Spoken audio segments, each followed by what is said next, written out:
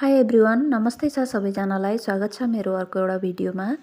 र कस्तो हुनुहुन्छ? आशा गर्छु सबैजना सन्चै हुनुहुन्छ। म पनि सन्चै छु। र हेर्नु न, आज मैले जेतुका पिसेर लगाएकी छु कपालमा।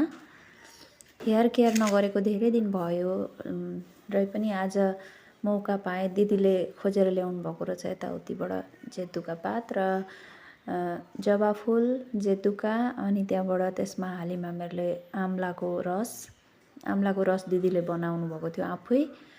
र दिदीले बनाउनले गर्दा मैले पनि लाउने चान्स पाएँ र लगाएँ। यसरी नुहाइधुवाइ नगरिकनै लाउनु पर्यो होइन। अनि यता फुलमा पानी हाल्ने बेला भयो है। अब चाहिँ आज 9 बजी नै यति घाम चर्केका थिए, के भन्नुहुन्छ। र यी फुल चाहिँ दिदीले उम्राङ्सुदेखिबाट ल्याइदिनु भएको, मैले मगाएकी थिएँ। कतिखेप ल्याइदिनु भयो, जतन नभएर मरे। र यसपालि चाहिँ मजाले रोप्छु, जतन गर्छु, दिदी ल्याइदिनु भनेर भनेकी थिएँ र ल्याइदिनु भयो। र मैले यसरी रोपेँ, यहाँनिर राखिरहेको छु। यिनीहरूलाई टाबमा सिफ्ट गर्छु। टाब मगाएकी छु, आइपुगेका छैनन्। र टाब आएपछि म टाबमा राम्ररी रोप्ने छु। यहाँ हेर्नु, यो चाहिँ मैले कतैबाट ल्याएकी थिएँ, पोरपोरारै कलेक्सन गरेर। यो नि दिदीले ल्याइदिनु भएको थियो, अरेन्ज कलरको गुलाब, सानो सानो गुलाब। र यता व्हाइट गुलाब मैले नर्सरीदेखिबाट ल्याएकी थिएँ हस्बेन्ड हुँदैखेरि।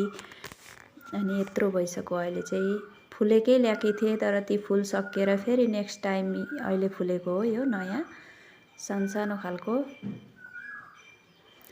अनि यसरी पानी हाल्दैछु म चाहिँ अहिले। फुललाई पानी हाल्दा चाहिँ बिहानै हाल्नु अरे कि, बिहानै हाल्दा चाहिँ राम्रो अरे। र मैले धेरै भिडियोहरूमा देखिरहेको छु बिहानै पानी हाल्नुपर्छ भनेर। अनि यो सानो जातको रहेछ, यो चाहिँ ल्याएकी छु मैले। कस्तो मनपर्छ मलाई यो डालिया, जुन नर्सरीबाट ल्याएकी थिएँ त्यो पुली मरेर फेरि अर्को जराबाट अर्को फलाएको हो। अनि यिनीहरूलाई चाहिँ हामी टिउरे फुल भन्छौँ। अरेन्ज पनि छन्, व्हाइट पनि छन्।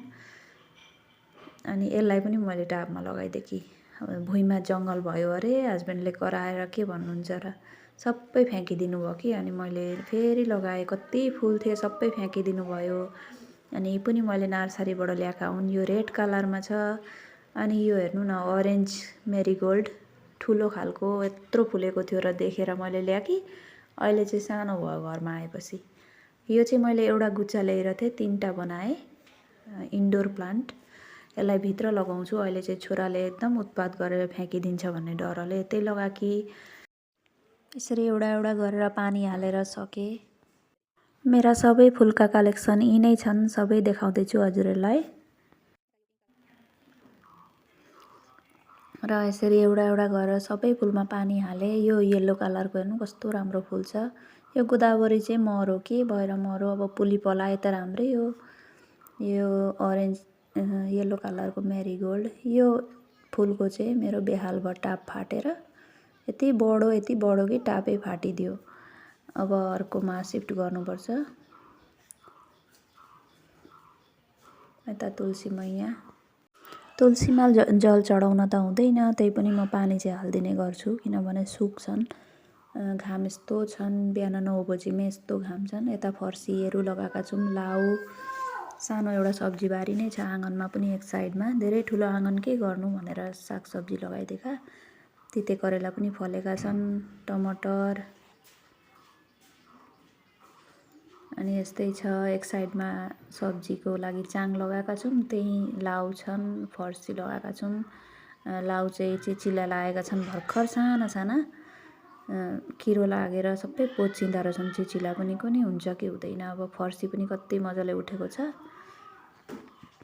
र यस्तै छ हाम्रो सानो बारी। अगाडिपट्टिको पछाडि पनि छ बारी, पछाडि चाहिँ ठुलो छ। अगाडिपट्टि एक साइडमा चाङ लगाएर यसरी सब्जीहरू लगाइदिएका नि त खानालाई। आजको भिडियो कस्तो लाग्यो गाइज? राम्रो लागे लाइक कमेन्ट गर्न नभुल्नु होला। Thank you so much, by by.